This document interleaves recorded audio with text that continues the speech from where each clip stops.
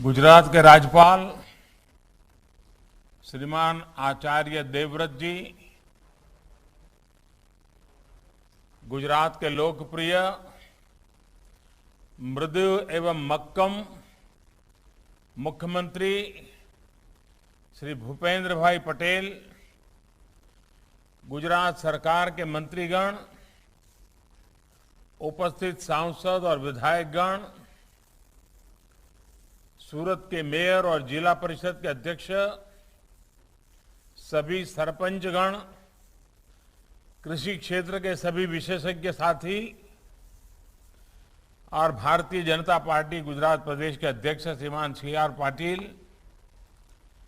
और सारे मेरे प्यारे किसान भाइयों और बहनों,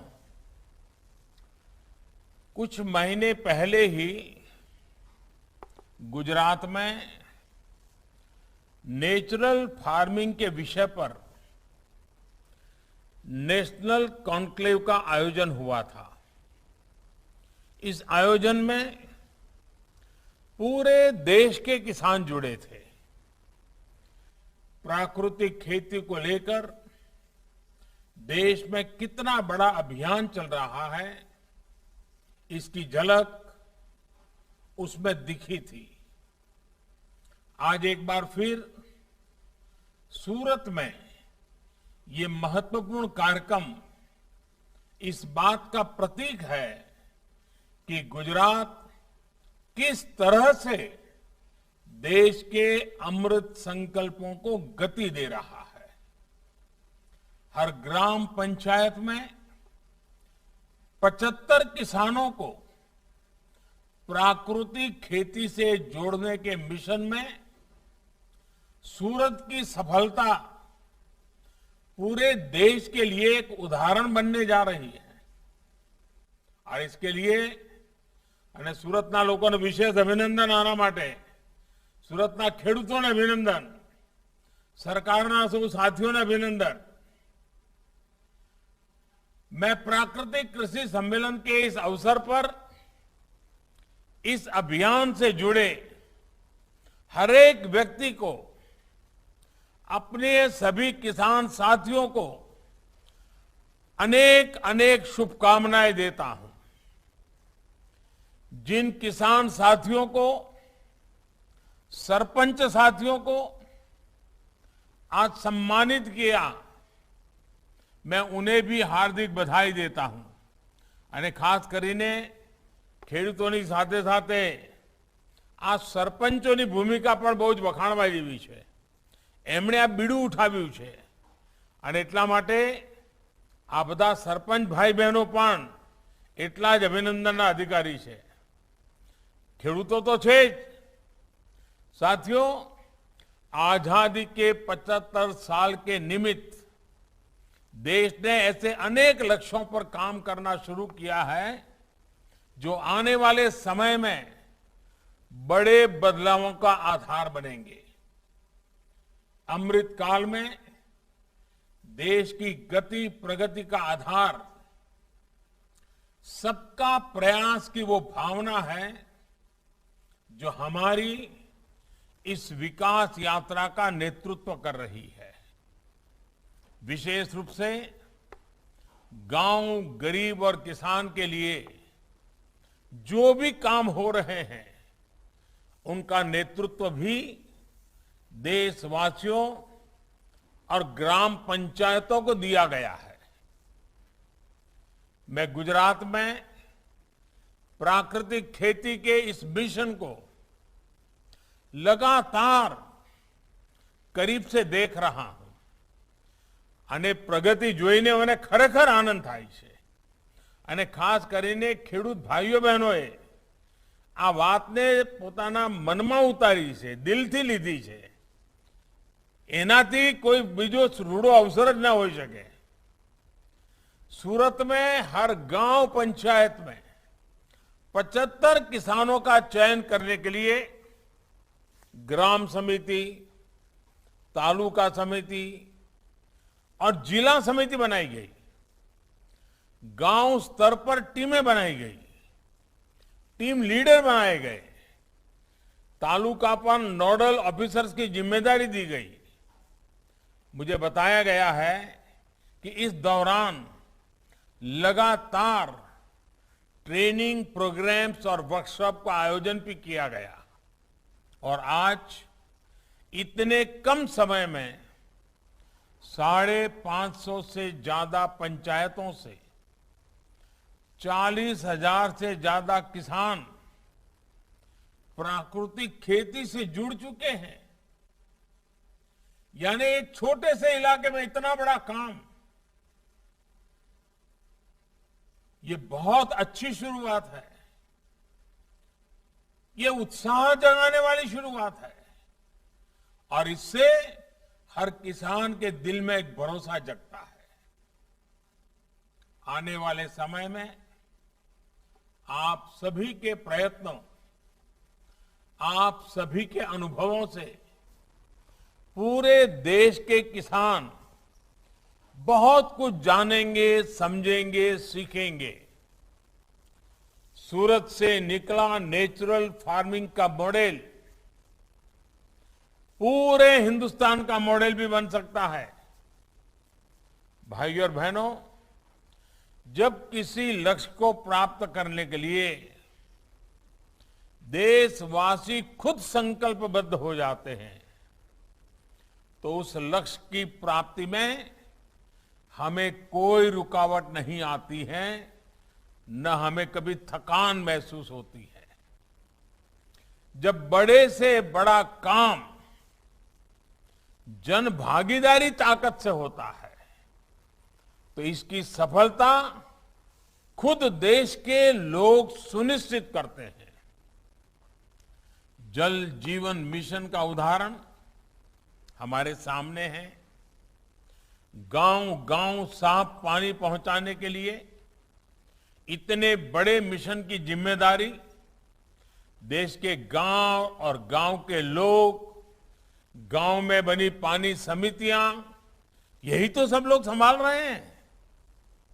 स्वच्छ भारत जैसा इतना बड़ा अभियान जिसकी तारीफ आज सभी वैश्विक संस्थाएं भी कर रही है, उसकी सफलता का भी बड़ा श्रेय हमारे गांवों को है। इसी तरह डिजिटल इंडिया मिशन की असाधारण सफलता भी उन लोगों को देश का जवाब है जो कहते थे गांव में बदलाव लाना आसान नहीं है। ये मन बना लिया था लोगों ने, भाई गांव में तो ऐसे ही जीना है, ऐसे ही गुजारा करना है, गामड़ा में कहीं बदल था नहीं, आऊ मानीन बैठा था। हमारे गांवों ने दिखा दिया है कि गांव न केवल बदलाव ला सकते हैं बल्कि बदलाव का नेतृत्व भी कर सकते हैं। प्राकृतिक खेती को लेकर देश का ये जन आंदोलन भी आने वाले वर्षों में व्यापक रूप से सफल होगा। जो किसान इस बदलाव से जितने जल्दी जुड़ेंगे वो सफलता उतने ही ऊंचे शिखर पर पहुंचेंगे। साथियों, हमारा जीवन, हमारा स्वास्थ्य, हमारा समाज, सबके आधार में हमारी कृषि व्यवस्था ही है। આપણે ત્યાં કહે ને અન્ન એવો ઓડકાર। भारत तो स्वभाव और संस्कृति से कृषि आधारित देश ही रहा है। इसलिए जैसे जैसे हमारा किसान आगे बढ़ेगा, जैसे जैसे हमारी कृषि उन्नत और समृद्ध होगी, वैसे वैसे हमारा देश आगे बढ़ेगा। इस कार्यक्रम के माध्यम से मैं देश के किसानों को फिर एक बात याद दिलाना चाहता हूं। प्राकृतिक खेती आर्थिक सफलता का भी एक जरिया है और उससे भी बड़ी बात, ये हमारी मां, અમારી ધરતી માં આપણા માટે તો આ ધરતી માં રોજ આપણે પૂજા કરતા હોઈએ. સવારે પથારીમાંથી નીચે પગ મૂકીએ તો એ પહેલા ધરતી માતાની માફી માંગીએ. એ આપણા સંસ્કાર. आ धरती मानी सेवा और धरती मां की सेवा का भी ये एक बहुत बड़ा माध्यम है. आज जब प्राकृतिक खेती करते हैं तो खेती के लिए जरूरी संसाधन आप खेती और उससे जुड़े हुए उत्पादों से जुटाते हैं. गाय और पशुधन के जरिए आप जीवामृत और घन जीवामृत तैयार करते हैं. इससे खेती पर खर्च होने वाली लागत में कमी आती है, खर्चों घटी जाए. साथ ही पशुधन से आय के अतिरिक्त स्रोत भी खुलते हैं. जे पशुधन पहला जेटली आवक आपतो हतो हवे आवकमां उमेरो थाय. इसी तरह जब आप प्राकृतिक खेती करते हैं तो आप धरती माता की सेवा करते हैं. मिट्टी की क्वालिटी, जमीनी तबीयत, उसकी उत्पादकता की रक्षा करते हैं.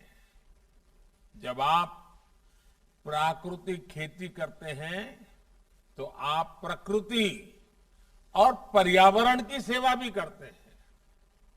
जब आप प्राकृतिक खेती से जुड़ते हैं तो आपको सहज रूप से गौ माता की सेवा का सौभाग्य भी मिल जाता है. जीव सेवा का आशीर्वाद भी मिलता है. अब मुझे बताया गया कि सूरत में 40-45 गौशालाओं के साथ अनुबंध करके उन्हें गौ जीवामृत उत्पादन का जिम्मा सौंपा जाएगा. आप सोचिए इससे कितनी गौ माताओं की सेवा होगी. इस सब के साथ ही प्राकृतिक खेती से उपजा अन्न जिन करोड़ों लोगों का पेट भरता है उन्हें कीटनाशकों और केमिकल से होने वाली घातक बीमारियों से भी बचाता है. करोड़ों लोगों को मिलने वाले आरोग्य का ये लाभ અને આપણે ત્યાં તો આરોગ્યનો આહાર સાથે સીધો સંબંધ સ્વીકારવામાં આવેલો છે. તમે કેવા આહાર ઉપર જીવો છો એના ઉપર તમારા શરીરની તબિયતનું બંધન હોય છે. साथियों, जीवन की ये रक्षा भी हमें सेवा और पुण्य के अनगिनत अवसर देती है. इसलिए प्राकृतिक खेती व्यक्तिगत खुशहाली का रास्ता तो खोलती ही है. ये सर्वे भवन्तु सुखिनः सर्वे सन्तु निरामय इस भावना को भी साकार करती है. साथियों, आज पूरी दुनिया सस्टेनेबल लाइफस्टाइल की बात कर रही है, शुद्ध खान पान की बात कर रही है. एक ऐसा क्षेत्र है जिसमें भारत के पास हजारों सालों का ज्ञान और अनुभव है. हमने सदियों तक इस दिशा में विश्व का नेतृत्व किया है. इसलिए आज हमारे पास अवसर है कि हम प्राकृतिक खेती जैसे अभियानों में आगे आकर कृषि से जुड़ी वैश्विक संभावनाओं का काम सभी तक लाभ पहुंचाएं. देश इस दिशा में पिछले 8 सालों से गंभीरता से काम कर रहा है. परंपरागत कृषि विकास योजना और भारतीय कृषि पद्धति जैसे कार्यक्रमों के जरिए आज किसानों को संसाधन, सुविधा और सहयोग दिया जा रहा है. इस योजना के तहत देश में 30,000 क्लस्टर्स बनाए गए हैं। लाखों किसानों को इसका लाभ मिल रहा है। परंपरागत कृषि विकास योजना के तहत देश की करीब 10 लाख हेक्टेयर जमीन कवर की जाएगी। हमने प्राकृतिक खेती के सांस्कृतिक, सामाजिक और इकोलॉजी से जुड़े प्रभावों को देखते हुए इसे नमामि गंगे परियोजना से भी जोड़ा है। प्राकृतिक खेती को प्रमोट करने के लिए आज देश में गंगा के किनारे अलग से अभियान चलाया जा रहा है, कॉरिडोर बनाया जा रहा है। प्राकृतिक खेती की उपज की बाजार में अलग से मांग होती है, उसकी कीमत भी ज्यादा मिलती है। હમણાં હું દાહોદ આવ્યો તો દાહોદ મને બધી અમારી આદિવાસી બહેનો મળી હતી અને એ લોકો પ્રાકૃતિક ખેતી કરે છે.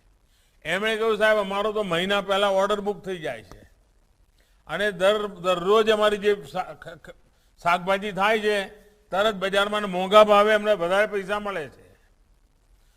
જે રીતે ગંગાની આજુબાજુ 5-5 કિલોમીટર પ્રાકૃતિક ખેતીનું અભિયાન ચલાવ્યું છે જેથી કરીને કેમિકલ નદીમાં ન જાય, પીવામાં પણ કેમિકલ પાણી પેટમાં ન જાય.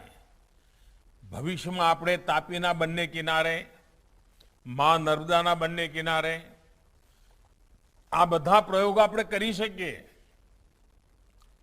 और इसलिए हमने नेचुरल फार्मिंग की उपज को सर्टिफाई करने के लिए, કારણ કે આમાંથી જે ઉત્પાદન થાય એની વિશેષતા હોવી જોઈએ, એની ઓળખ હોવી જોઈએ અને એના કારણે ખેડૂતને વધારે પૈસા મળવા જોઈએ અને એટલા જ માટે સર્ટિફાઈ કરવાની વ્યવસ્થા કરી છે. उसे प्रमाणित करने के लिए क्वालिटी एश्योरेंस सिस्टम भी बनाए हैं. इस तरह की सर्टिफाइड फसलें हमारे किसान अच्छी कीमत पर एक्सपोर्ट कर रहे हैं. आज दुनिया के बाजार में केमिकल फ्री उत्पाद ये सबसे बड़े आकर्षण का केंद्र बना है. हमें ये लाभ देश के ज्यादा से ज्यादा किसानों तक पहुंचाना है. साथियों, सरकार के प्रयासों के साथ ही हमें इस दिशा में अपने प्राचीन ज्ञान की तरफ भी देखना होगा. हमारे यहां वेदों से लेकर कृषि ग्रंथों और कौटिल्य, वरामीर जैसे विद्वानों तक प्राकृतिक खेती से जुड़े ज्ञान के अथाह भंडार मौजूद है. आचार्य देवव्रत जी हमारे बीच में हैं.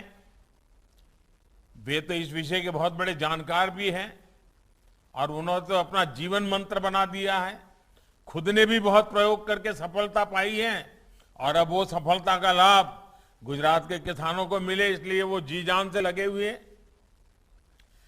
लेकिन साथियों, मेरी जितनी जानकारी है, मैंने देखा है कि हमारे शास्त्रों से लेकर लोक ज्ञान तक लोक बोली में जो बातें कही गई हैं उसमें कितनी गहरे सूत्र छिपे हैं. આપણને ખબર છે, આપણે ત્યાં ઘાઘ અને ભડૂરી, घाघ और भड़ूरी जैसे विद्वानों ने साधारण भाषा में खेती के मंत्रों को जनसाधारण के लिए उपलब्ध करवाया है. जैसे ये कहावत है, अब हर किसान जानता है इस कहावत को, गोबर मैला नीम की खली, या से खेत दूनी फली. यानी गोबर आदि और नीम की खली अगर खेत में पड़े तो फसल दोगुनी होगी. इसी तरह की और एक प्रचलित कथा है, वाक्य है, छोड़े खाद जोत गहराई फिर खेती का मजा दिखाई. यानी खेत में खाद छोड़कर फिर जुताई करने से खेती का मजा दिखाई पड़ता है, उसकी ताकत पता चलती है. मैं चाहूंगा कि यहां जो संस्थाएं, जो एनजीओज और विशेषज्ञ बैठे हैं, वे इस पर अपना ध्यान केंद्रित करें, अपनी मान्यताओं को खुला मन से एक बार टटोले। ये पुराने अनुभवों से क्या निकल सकता है, हिम्मत करके आप आगे आइए। वैज्ञानिकों से मेरा विशेष आग्रह है, हम नई नई शोध करें, हमारे उपलब्ध संसाधनों के आधार पर हमारे किसान को ताकतवर कैसे बनाए, हमारी खेती को अच्छी कैसे बनाए, हमारी धरती माता को कैसे सुरक्षित रखे। इसके लिए हमारे वैज्ञानिक, हमारे शैक्षिक संस्थाएं, वे जिम्मेवारी निभाने के लिए आगे आए। समय के हिसाब से कैसे किसानों तक इन सारे चीजों को पहुंचाया जा सकता है, लेबोरेटरी में सिद्ध किया हुआ विज्ञान किसान की भाषा में किसान तक कैसे पहुंचे। मुझे विश्वास है कि देश ने प्राकृतिक खेती के जरिए जो शुरुआत की है, उसने न केवल अन्नदाता का जीवन खुशहाली होगा, बल्कि नए भारत का पथ भी प्रशस्त होगा। मैं काशी क्षेत्र से लोकसभा का मेंबर हूं, तो मेरा काशी के किसानों से कभी कभी मिलने का जब भी मौका मिलता है, बातें होती हैं। मुझे आनंद होता है, मेरे काशी इलाके के किसान प्राकृतिक खेती के संबंध में काफी कुछ जानकारियां इकट्ठी करते हैं, खुद प्रयोग करते हैं, दिन रात मेहनत करते हैं, और उनको लगने लगा है कि अब उनके द्वारा जो पैदावार हुई है वो दुनिया के बाजार में बिकने के लिए तैयार हो गई है। और इसलिए मैं चाहूंगा, और सूरत तो ऐसा है, शायद ही कोई गांव ऐसा होगा जहां के लोग विदेश में ना हो। सूरत की तो एक पहचान भी विशेष है, और इसलिए सूरत का इनिशिएटिव ये अपने आप में जगमगा उठेगा। साथियों, आपने जो अभियान उठाया है, हर गांव में 75 किसान, और मुझे पक्का विश्वास है कि आज भले 75 का आपने लक्ष्य तय किया है, हर गांव में 750 किसान तैयार हो जाएंगे, देखना।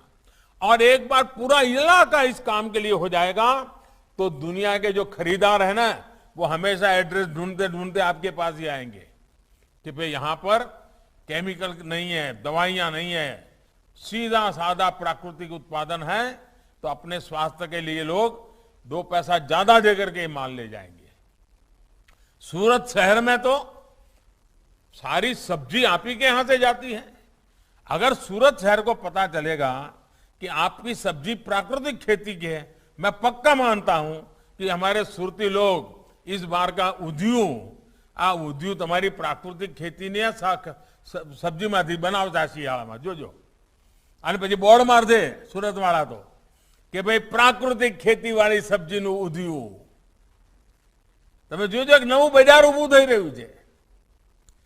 સુરતની પોતાની તાકાત છે, અને સુરત એકવાર બરાબર જો એને પહેલ પાડી દે ને, જેમ ડાયમંડ ને પાડે છે એમ, તો બધા લોકો સુરતમાં આ જે અભિયાન ચાલુ રહ્યું છે એનો લાભ લેવા આગળ આવશે। આપ સૌ વાત કરવાનો મોકો મળ્યો, આટલું સરસ તમે અભિયાન ઉપાડ્યું છે, ફરી અભિનંદન આપું છું। और इसी के साथ आप सभी का एक बार फिर से बहुत बहुत धन्यवाद, बहुत बहुत शुभकामनाएं।